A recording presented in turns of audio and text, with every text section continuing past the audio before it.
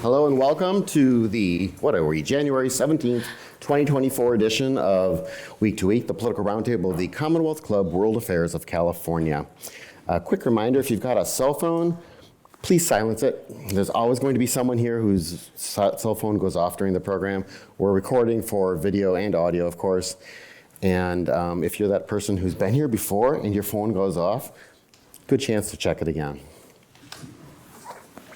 No, I'm literally realizing. That would be hilarious, though, if it was yours. It's happened. Okay.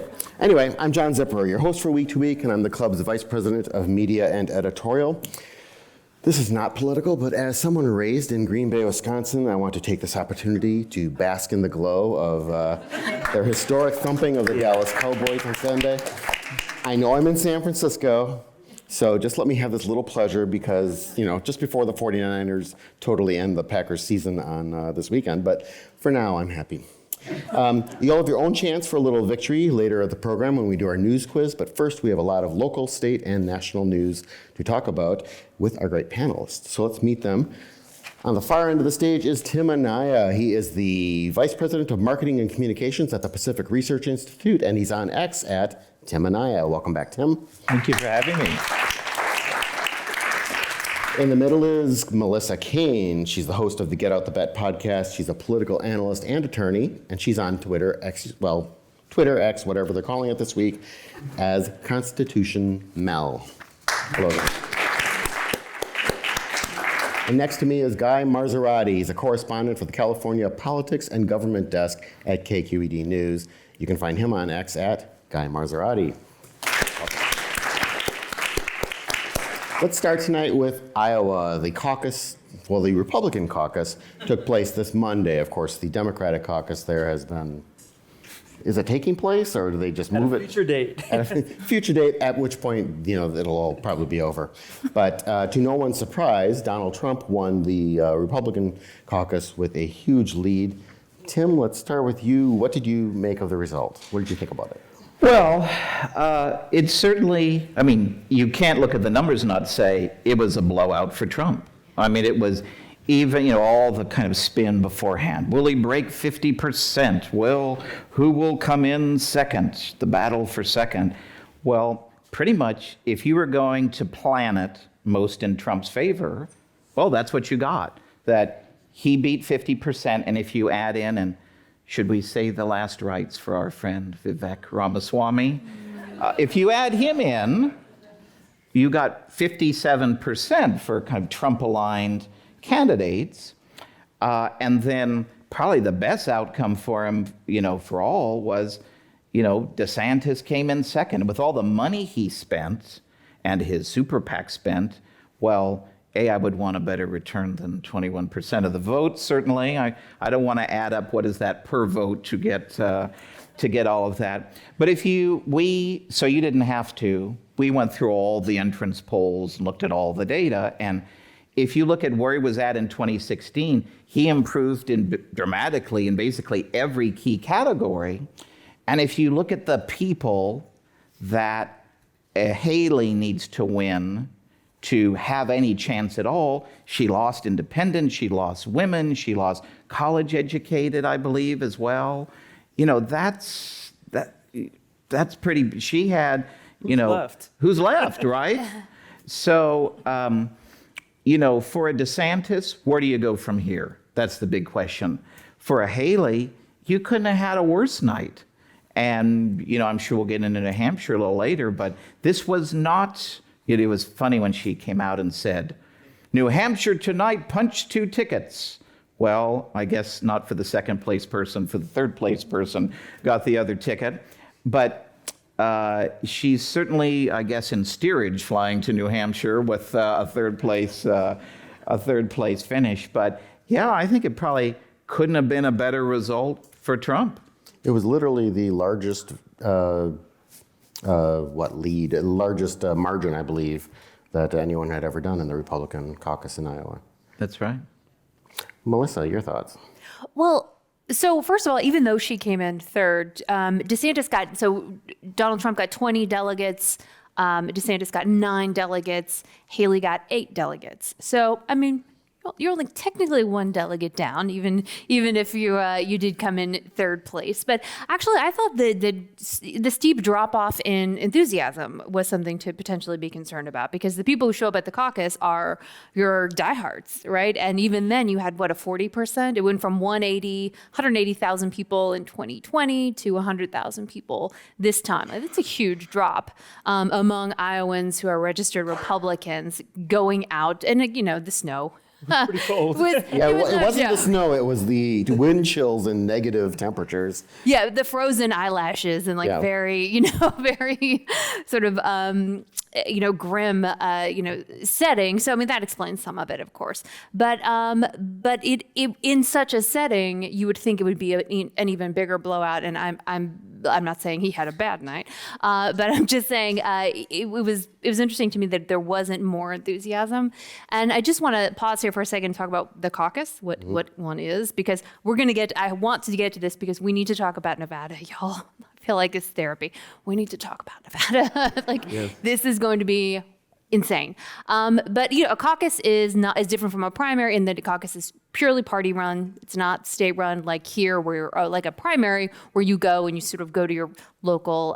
It's run by your local election board, and you go to your public library, you cast your vote, all of that sort of administration. It's done by the party, and generally speaking, you have to show up. It has to be a thing in person. This is why the cold was so horrible, because you don't really. I think there are some exceptions if you've got a severe disability, things like that. But generally speaking, you can't absentee vote for these things. You have to be in person. You have to show up. You have to be a registered member of the Republican Party. So if you are not any of those things, you don't get to vote, which is why in a state even like Iowa, you had a whole caucus that was just 100,000 people. And so these things are just sort of, they tend to be a little hermetically sealed. They don't, and as we know, and as you'll have, many of you who have ever watched me up here before know that I have literally screamed from the stage, Iowa never predicts who is actually going to win the presidency. So I don't want to get too excited about, but caucuses can be a little distorting because they really are closed off and require people to show up at a particular time and do this thing.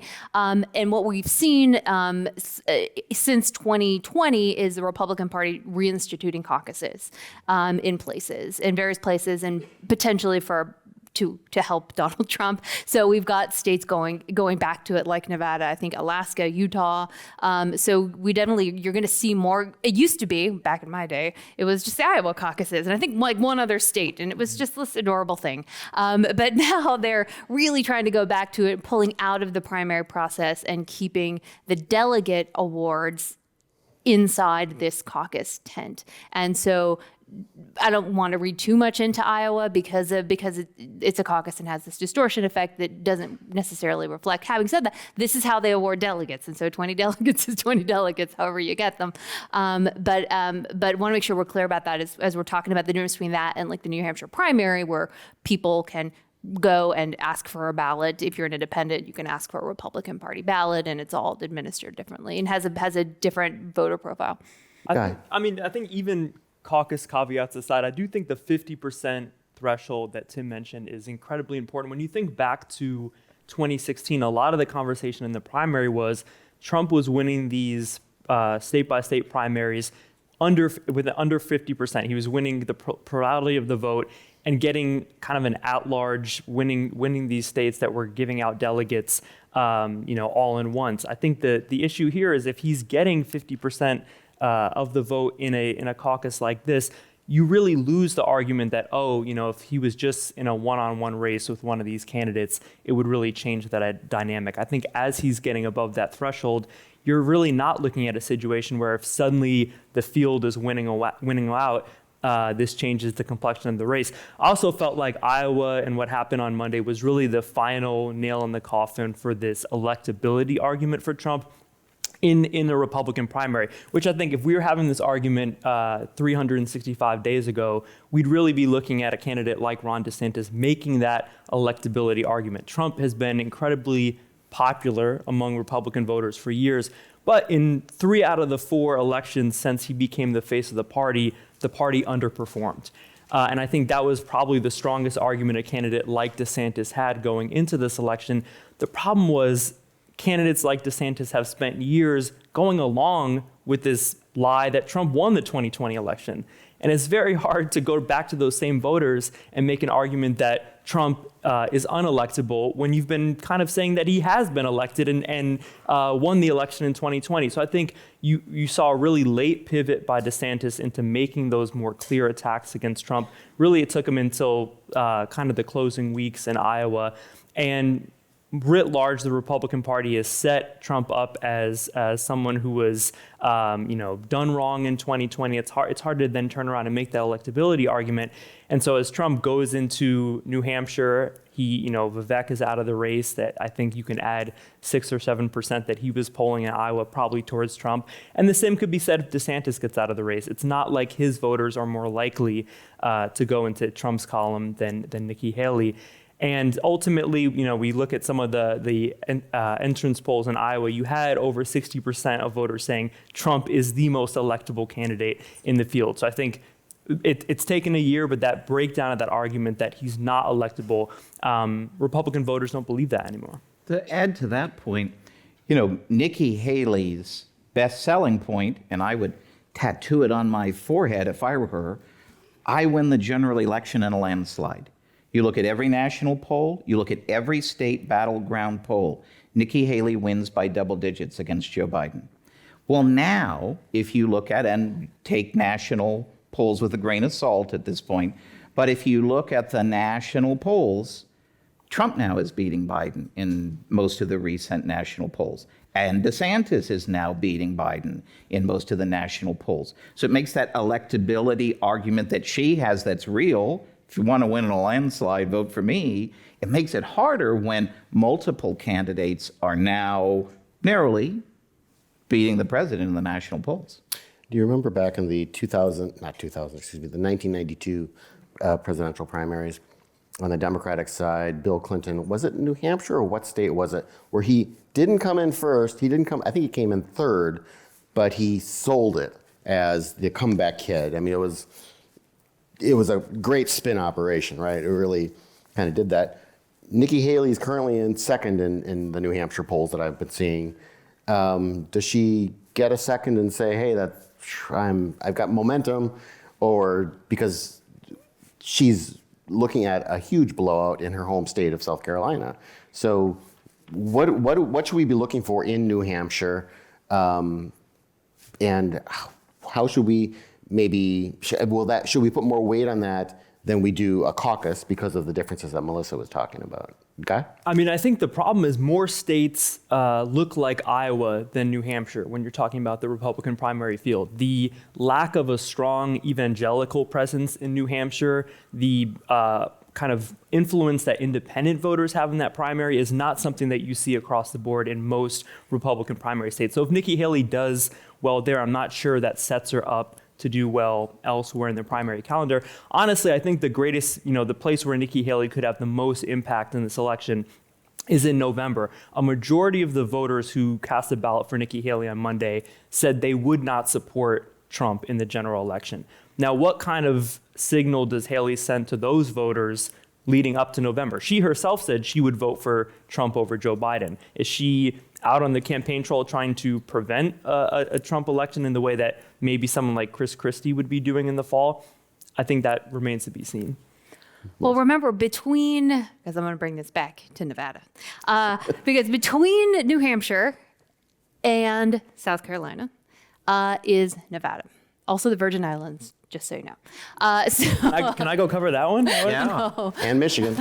Yeah. You want the snow. I just, as a side note, the people who are on the Virgin Islands, the Northern Mariana Islands, and the Puerto Rico, they're the best people at the convention. They're so excited. They're my favorite people at a Republican convention. Well, actually, at any convention, because they don't get to vote in the general. The convention is sort of as close as they get, and they're always very Guam, cool. where America's Day begins. Yes, and they're wearing anyway, they're great. Anyway, I digress. So Nevada.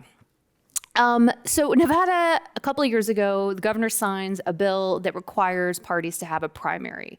And you can correct me if I'm wrong here, and I need to hear it, Tim. And the Republican Party, though, said we do not wish to have a primary, we wish to have a caucus. There's a lawsuit that goes on. But this is the way it has played out. And the story just gets a little weirder every turn you take. So there is going to be a Republican primary on February 6th. It is an advisory primary, meaning it doesn't actually bind anyone or anything, and it doesn't get you any delegates if you win. 2 days later, on February 8th, there will be a caucus, and that's where the real stuff is supposed to happen, and that's where the delegates get awarded. If you are on the primary ballot, according to the party, if you're on the primary ballot, you cannot be on the caucus ballot.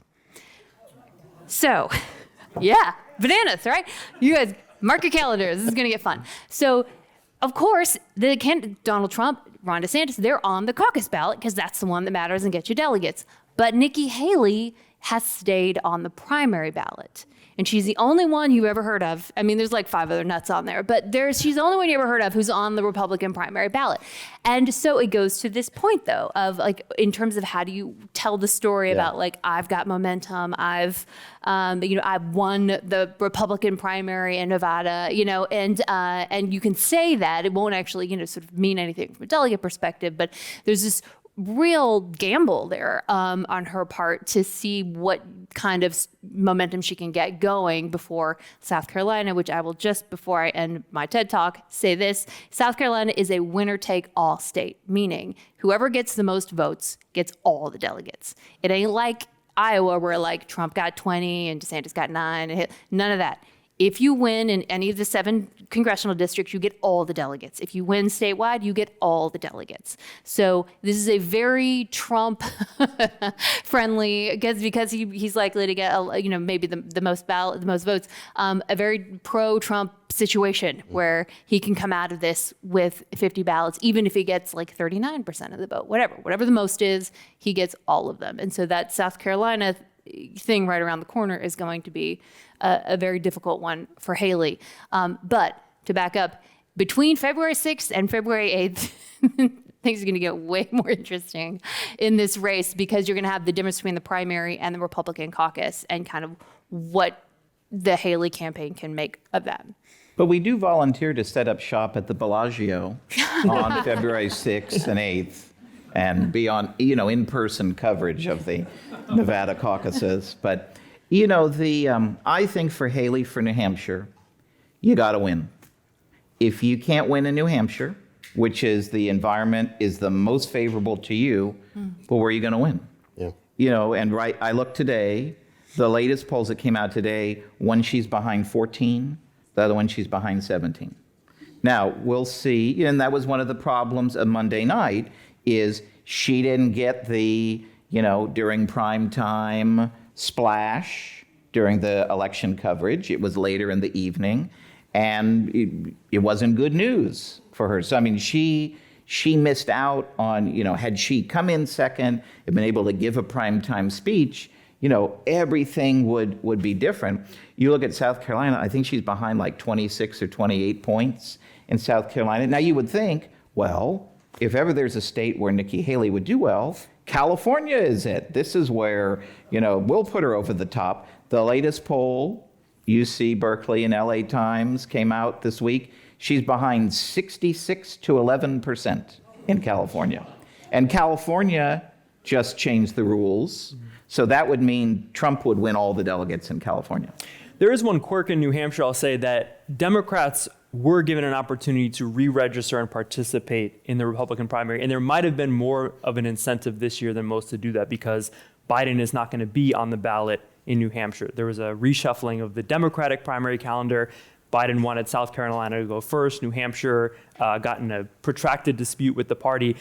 And so I think some people have looked at that. Maybe if there were enough Democrats who met the October deadline to re-register, maybe that's an area Nikki Haley can pick up on.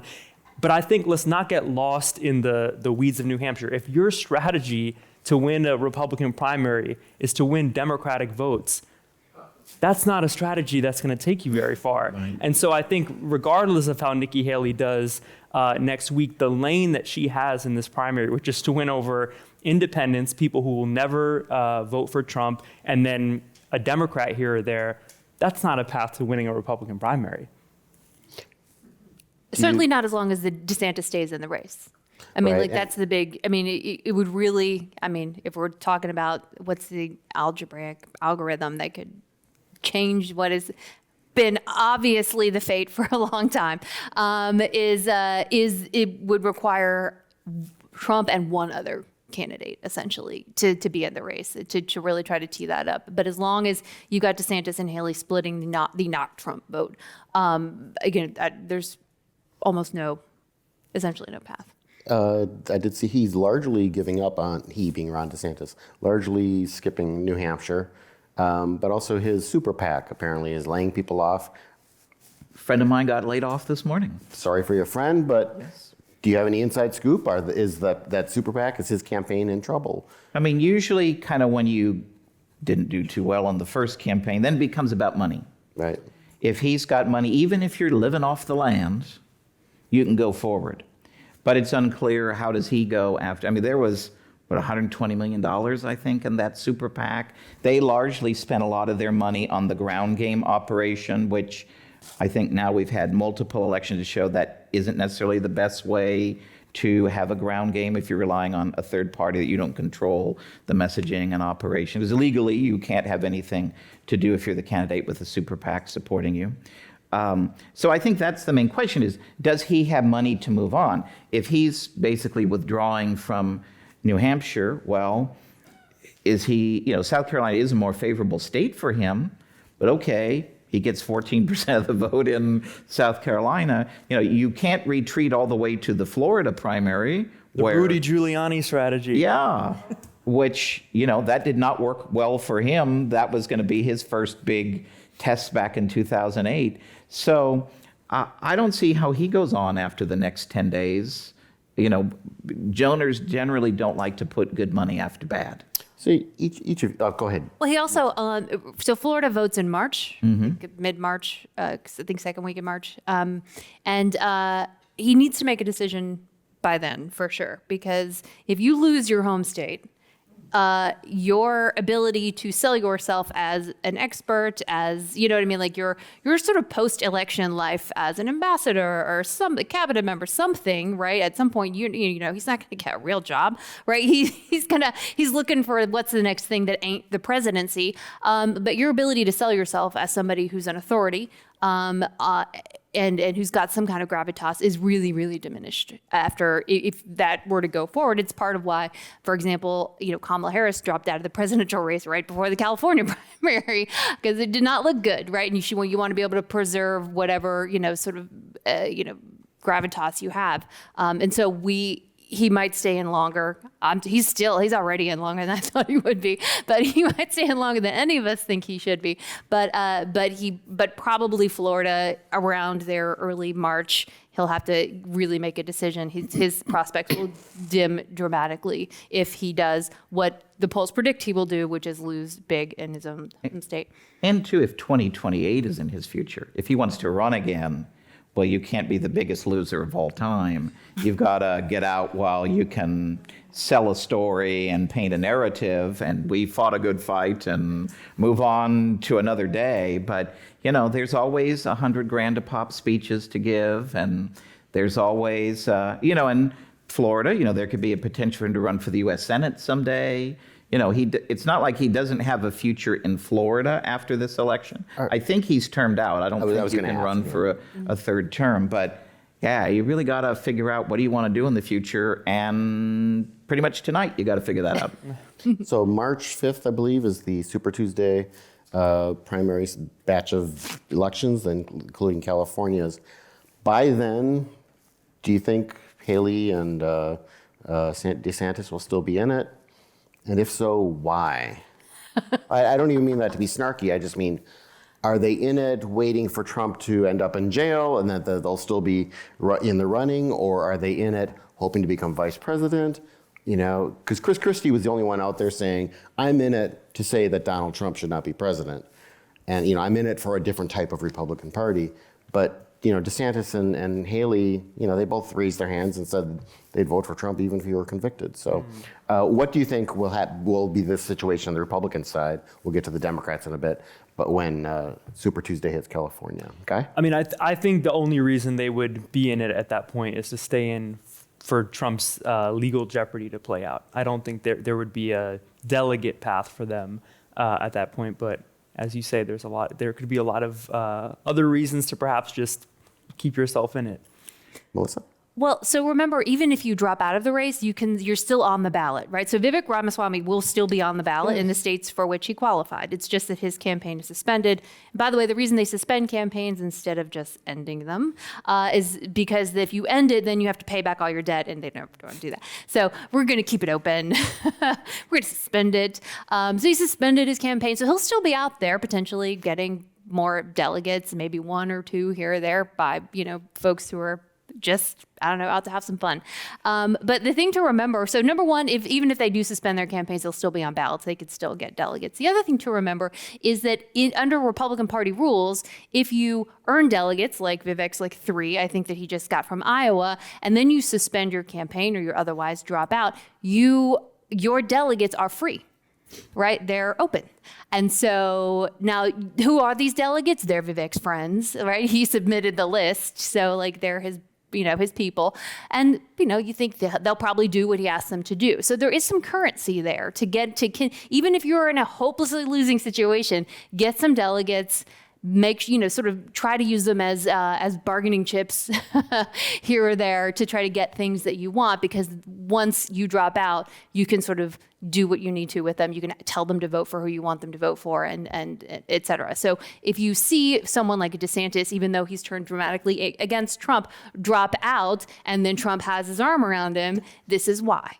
Because he's now a big bag of delegates that are always helpful. And so as you're seeing these maneuverings happening, remember, these are the kind of machinations that are happening in the background. Tim? I think it's all of that and money too. Do they have the money to limp on, even if can't afford TV ads and all that?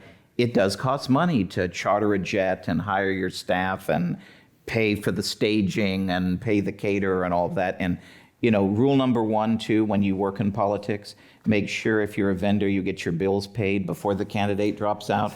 You probably won't be paid after they drop out if you have outstanding bills. I think allegedly Newt Gingrich and Carly Fiorina still owe vendors from their past presidential campaign. So that's a little pro tip for the folks watching at home interested in working in politics. But, I do know Nikki Haley has a series of big fundraisers scheduled in California, I think for the first week of February. I think she's come to San Francisco for one of those. So you could get your chance to meet her in person if you write a big enough check. But I think it depends on that. Is there the people supporting her super PAC? There are, she has wealthy people writing big checks for her.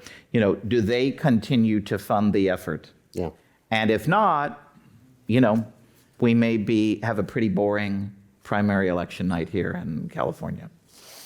Okay, we've mentioned Chris Christie a couple times. One of our audience members asks, basically, so Chris Christie suspended his campaign, but he doesn't have any delegates, right? No. He didn't get anything. Okay. Will he have any role to play at the national convention, do you think? I can't imagine Trump giving him stage time. I don't know how he gets a ticket. And I don't mean that in a nasty way. I mean, the people who are there are delegates, and then they're also sort of state and local officials and federal officials who are part of the party. Christie doesn't hold big donors. He doesn't hold a current office, and so it's unclear how. I would love that. Wouldn't you love to be on the floor of the Republican convention? Here comes Chris Christie. Wow, that would be cool. But I don't know that he is invited or would go. I think the only way, if he's a paid commentator for one of the ABC, networks, I was going to say, might be a stick it ABC would in. love to have him in there. I think that's the only way. And you watch, they'll jeer him from the, because literally the booths where they broadcast from are literally right off the convention floors. So you'll be able to hear the jeering. And ABC, I'm sure, would love that for their coverage. It'll make it must-see TV. Let me throw it. So there's a rumor that No Labels is interested in Chris Christie. Any thoughts on either that specifically or No Labels, which is positioning itself as the non-Republican, non-Democratic, supposedly centrist approach to trying to find what they think of as a unity candidate. I mean, I think the issue with no labels is all along they've been teeing themselves up as the hypothetical third option to Trump or Biden. The problem is when you actually put a candidate in those hypothetical shoes, they become a lot less attractive. And that goes for Joe Manchin or Chris Christie, who's now had a few failed runs at the presidency, did not leave the governorship in New Jersey on good terms with the voters. So, I think that ultimately becomes a challenge. Now, it's clearly something the Biden campaign is going to be worried about, right? Like that, they view a third party challenge like that as taking away from their vote share in November. But I don't think Chris Christie is the silver bullet for no labels. Melissa, you voiced your dissatisfaction I'm with the not a two-party fan system. of the two-party system generally, but I think No Labels has said they're not going to be fielding a candidate in 2024. Oh, really? I think Okay. they announced All right. that they were not going to do that. So even though they might be interested and maybe for 2028 or something going forward, I think my understanding is that they're not actually going to try to attempt one at this point. There is money behind it. My old boss from the Schwarzenegger years, Rob Stutzman, just announced he's going to work for I believe it's a super PAC that's kind of a super PAC in waiting to support a potential no labels candidate. I looked at in the ABC Ipsos poll that came out recently. There's a high percentage, I think it's something like 37 or 38%, said they would seriously consider a no labels type candidate, including a lot of the constituencies Biden desperately needs to win, like moderate women, female independent voters. I believe it was something like 51 or 52% of female independent voters said they would strongly consider voting for a no labels candidate. That's why you see Speaker Pelosi and others on down are really throwing cold water on this effort because, Joe Biden has a lot of weaknesses, but Joe Biden in a vacuum having a lot of weaknesses, it's very different when it's a binary choice between Joe Biden and Donald Trump. And when it's a choice between Joe Biden and Donald Trump and a third person, Joe Biden doesn't win that election, and probably by a lot. Donald Trump probably wins that election pretty handily. So if the goal of no labels is we do not want to reelect Donald Trump, well, it sort of makes you wonder, well, why are you still going on with this effort? Because that's exactly what you're doing, especially if you actually go and whether it's no labels or whether it's, some other independent effort, whether you actually get a candidate on the ballot. Right. I mean, if the theory is that Trump's kind of ceiling on popular vote approval is 47%, which it's kind of been steady given all that's happened since he arrived on the scene. That 47% is a losing proposition in a one-on-one matchup, but with the third-party candidate, that suddenly now you're back in Jill Stein territory. Yeah. Well, there's the reason we had 2 terms of Bill Clinton, and both times it was Ross Perot who arguably put him into office. Like I said, arguably. I might not be right. Someone asks, Democrats, why can't they come up with better candidates? Should they dump Biden?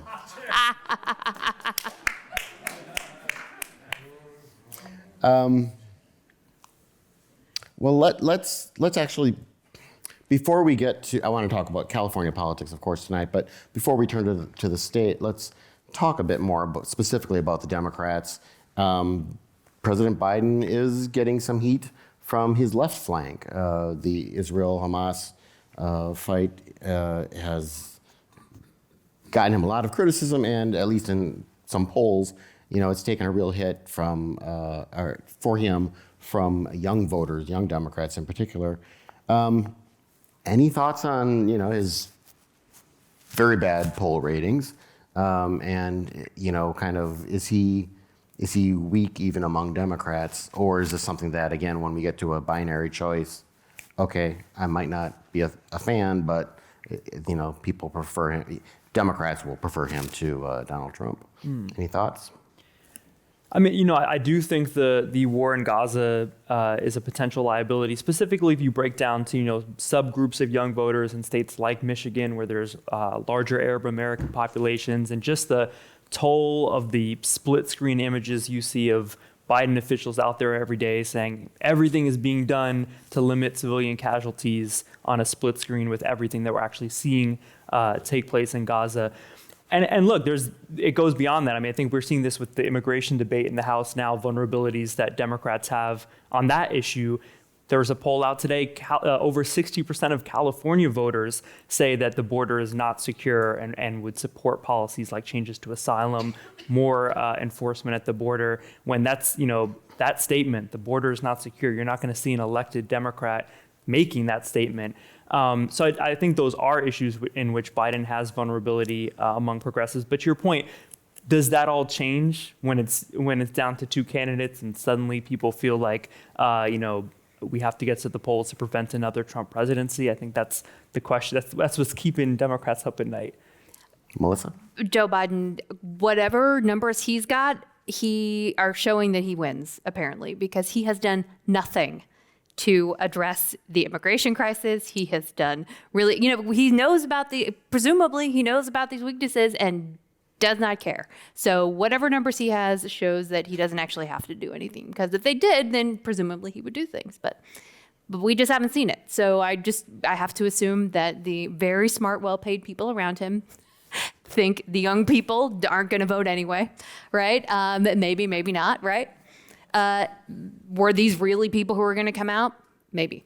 But you know what I mean? Like he's clearly, whoever these constituencies are, he's gambling, it seems, that immigration is not a big enough issue to keep voters from voting for him, and that the folks maybe who are turned off by his approach to the Gaza situation, aren't necessarily his sort of core voters or folks he was going to rely on anyway to win. I mean, that's the only thing I could guess, because he's really not addressing any of these issues. Tim? And the age strength issue, 28% in that ABC Ipsos poll said he had the health and the vigor and the strength to be president. I don't know how you overcome that.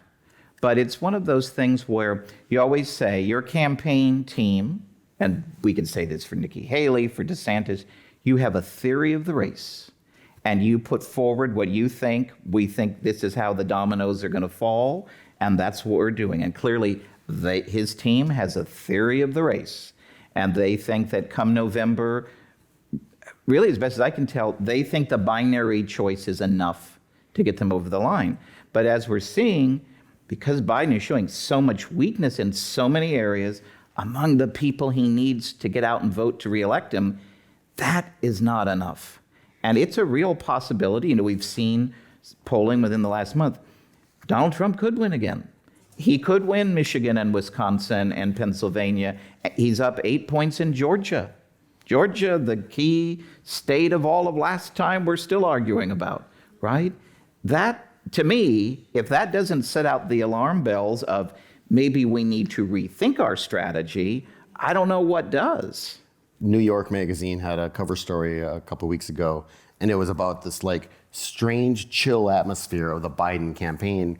And they were interviewing people both within the campaign as well as, excuse me, Democrats outside of the current campaign, including Obama campaign veterans, who are just kind of like, why aren't you worried in there? Why? And they're like, hey, basically what you said. It's like, well, the way we're turning these numbers, these people weren't going to vote for us anyway. This and that. Okay, well, let's move on to California. California has long been known as the bluest of blue states, but we're in the red, at least in our budget.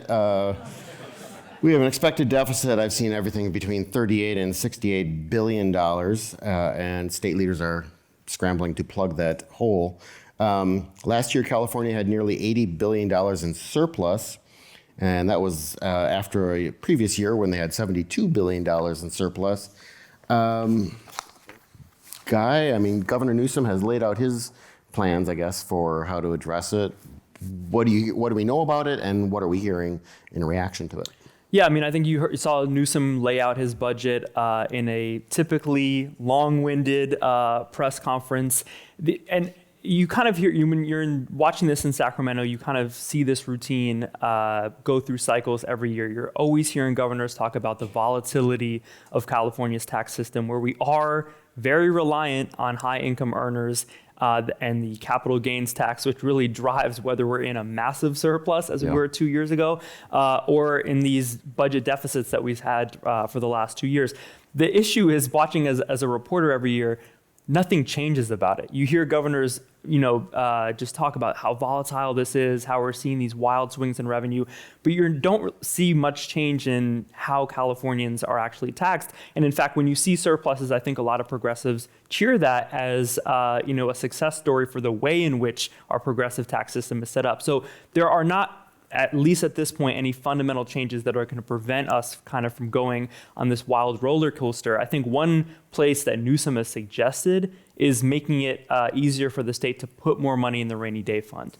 Right now, it's capped at about 10% of our general fund. That could possibly be a place to look in years ahead, being able to store more of that money. Because what the state ran into a couple years ago was they simply couldn't put any more money into reserves. They ultimately sent out checks at a time when inflation was just starting to pick up. So that could be maybe a place to look for some structural changes. But outside of that, I think you're just going to continue to kind of see this up and down in our state budget process. If only our governors were in a position of power to affect our taxation policies. Tim, any thoughts? Well, I thought the most interesting takeaway from the budget announcement, and it was, I think, 108 minutes, which is short. One of the Gavin shorter Newsom. ones, yeah. He's gone over 2.5 hours and passed, and it's him. It's not him and the director of finance. It's him going for 2.5 hours, and then the director of finance gets to come on. Who would have thought the lead story from the budget announcement would be the governor picking a fight with the legislative analyst? And the legislative analyst, for those of you who aren't familiar, it's kind of the gold standard, nonpartisan, independent fiscal analysts. They work for the legislature, technically, but they're the ones that their analysis on where's the state economy, what's our tax revenue, what's our budget picture, it's pretty much the gold standard. And they had forecast in November that the state had a $68 billion deficit. And Newsom came out and said, no, that's wrong. I say we have a $37.8 billion deficit.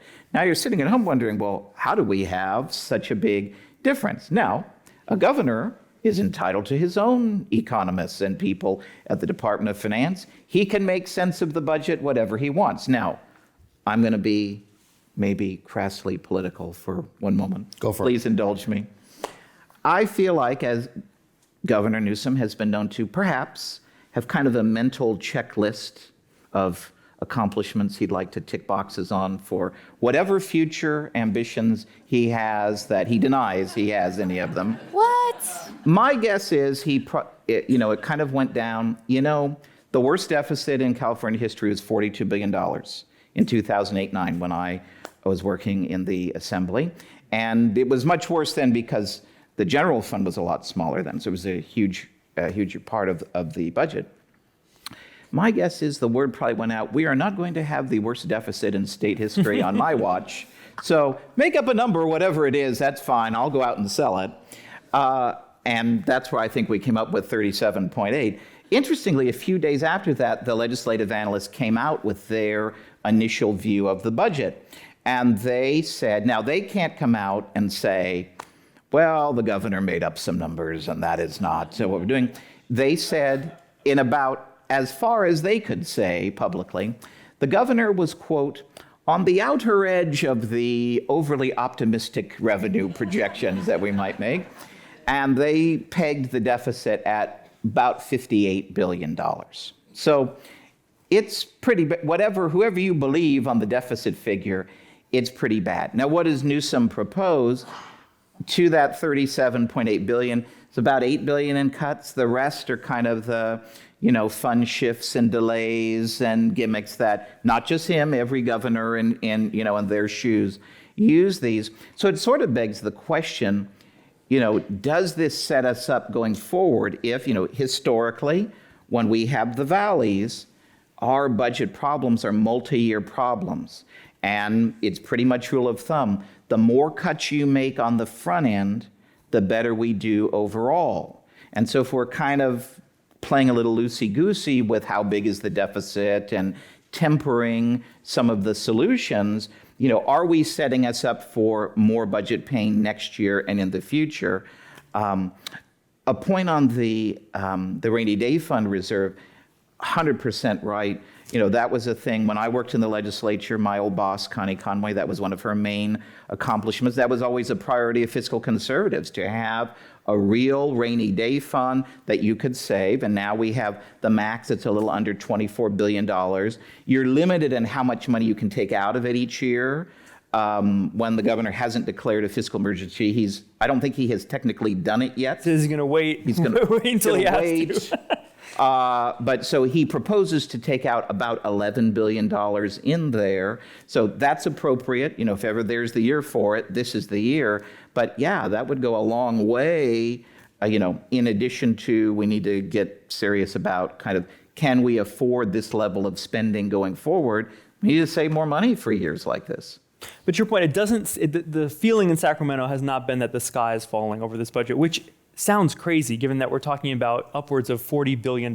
Yes. But there is the Sacramento accounting that's going to happen, the moving money around in the budget. I think the cuts largely, Newsom targeted a lot of climate programs because he's figuring there's going to be federal investments in a lot of places like electric vehicle chargers and the like. But I don't have the feeling that this is going to be driving a lot of the debate and conversation in Sacramento this year. I think criminal justice reform and public safety is going to get a lot of that. But it definitely was to see those numbers on the page. And for Newsom also, he really gave it to the Capitol Press Corps last week about, how often we had recited the LAO's estimate. I had to say, they're all estimates. The state last year ultimately passed a budget when they didn't know how much tax revenue was coming in because tax returns got delayed until November. So they were basically flying blind and found out basically this fall how behind we were in accounting. So it's all a game of estimates. And to Tim's point,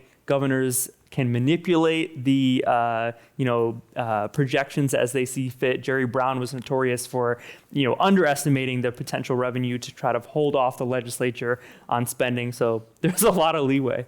I love that the governor was like, why would you trust the LAO over, over me, a career politician? I just don't understand. Yes. Trust me. Remember, when he was mayor, at one time, he gave a 4-hour State of the City address. I don't know if y'all remember this. The matrix of accountability? Yes. He had the binder that was the matrix of accountability. And if you were reported and you went to his office, he was like, and start showing you charts. This is what he does. He fire hoses you. And it's just as useless as if he'd said nothing because, 4 hours and you're just like, I have no idea what I just heard. But this is what he does. Like the bigger the deficit, the longer he talks. Yeah. And the more fired up he gets. He literally said, quote, to the reporters as if they worked for him. It was like a teacher lecturing their students. You need to write this budget as a story of resiliency. Okay. We'll see how that goes, Governor. Well, and I just don't know if this is the right time to be rolling out, the extended free health care for undocumented folks. And then we're not going to give certain minimum wage increases or certain wage increases to healthcare workers, but we're going to stick by this other thing. Like, it's just, there's a lot of, maybe above my pay grade, how that is a good sort of system. And those are thorny issues, by the way. The things, there's a lot of new spending that hasn't happened yet. It's supposed to happen this year. Some of the spending, like increasing the eligibility for health care for the undocumented, he said publicly we're committed to that. That's about a $4 billion piece of the budget. But this, as Melissa mentioned, there's a proposal enacted last year. It was to stave off a ballot measure to have a minimum wage increase for certain healthcare workers. That's a huge bit of the budget, and it has been scored as it's billions and billions annually after it was signed. That's going to take every ounce of negotiating skill he has to get that squared away because legislators aren't going to want to touch that with a 10-foot pole and annoy their union allies who champion that strongly. Okay, briefly before we get to the news quiz, let's check in on the state race for the next U.S. Senator. What's happening? What's the latest? Any movement? Well, we're going to see a debate in a couple of weeks. January 22nd, I think, is the first time the leading four candidates are going to get on the stage. I've felt like Steve Garvey has, launched his campaign at this point, probably the leading Republican in the race, former baseball star from the 70s and 80s. I'm really curious to see if he can get into the top 2. I think the path is there for him from a math point of view when you still have roughly a quarter of voters registered as Republican.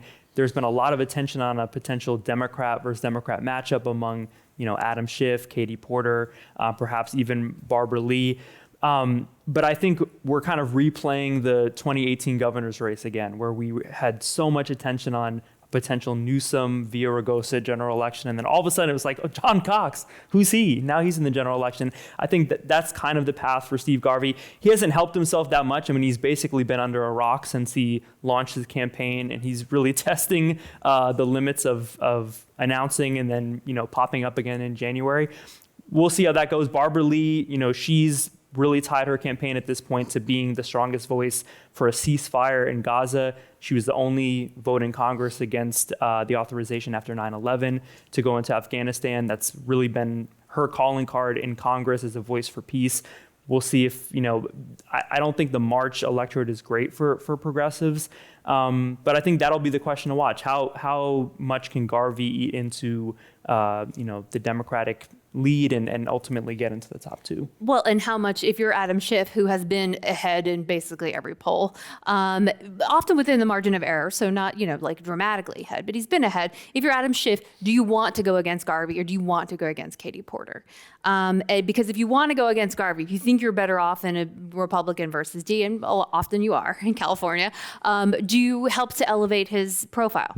Do you go after him? I mean, when Newsom didn't want to face Cox, he went after Cox. I mean, when he wanted to face Villaraigosa, right? He went after Cox, yeah. And to try to sort of make sure the electorate understood that Cox was had a higher profile than he necessarily had. Even he was a lovely man, but he sort of helped him get more popular by attacking him.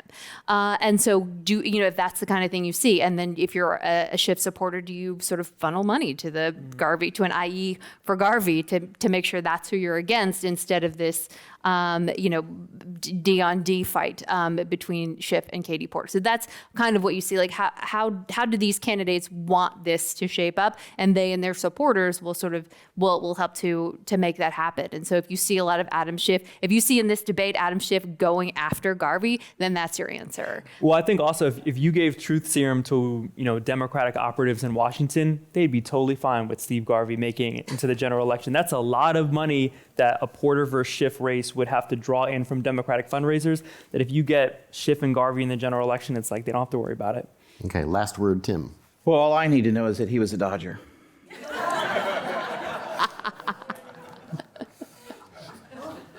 But That's the ad. yeah. But you're exactly right. I mean, if you're Schiff, that's the matchup you want in the fall because you've now become a U.S. Senator, if that happens. And he doesn't need to have a super PAC do it. Man's got $35 million in the bank. He can fund his own ads too. And, the Garvey campaign has been pretty much a non-existent campaign. The coverage you read of it is, where is he? Where are they hiding? He doesn't really have a strong campaign team. It's unclear if he's raised any money. It's unclear, does he have enough wealth to put into any kind of self-funding? But like when we were talking about Iowa, it's pure math. If Republicans figure out Garvey is the lone Republican, well, there's enough in a March electorate when there's not really much for Democrats to come out to vote for that he can make the top 2. Listen, there's thank a you all YouTube for being here. We've video come to right the end of now. our program. I want to thank our great panel, Guy Marzorati, Melissa Kane, and Tim Anaya. Thanks all of you for coming out tonight, and everyone watching and listening online. Have a great week. Stay safe and healthy. Whoever wins this Saturday is great as long as they fly back to Green Bay. Bye.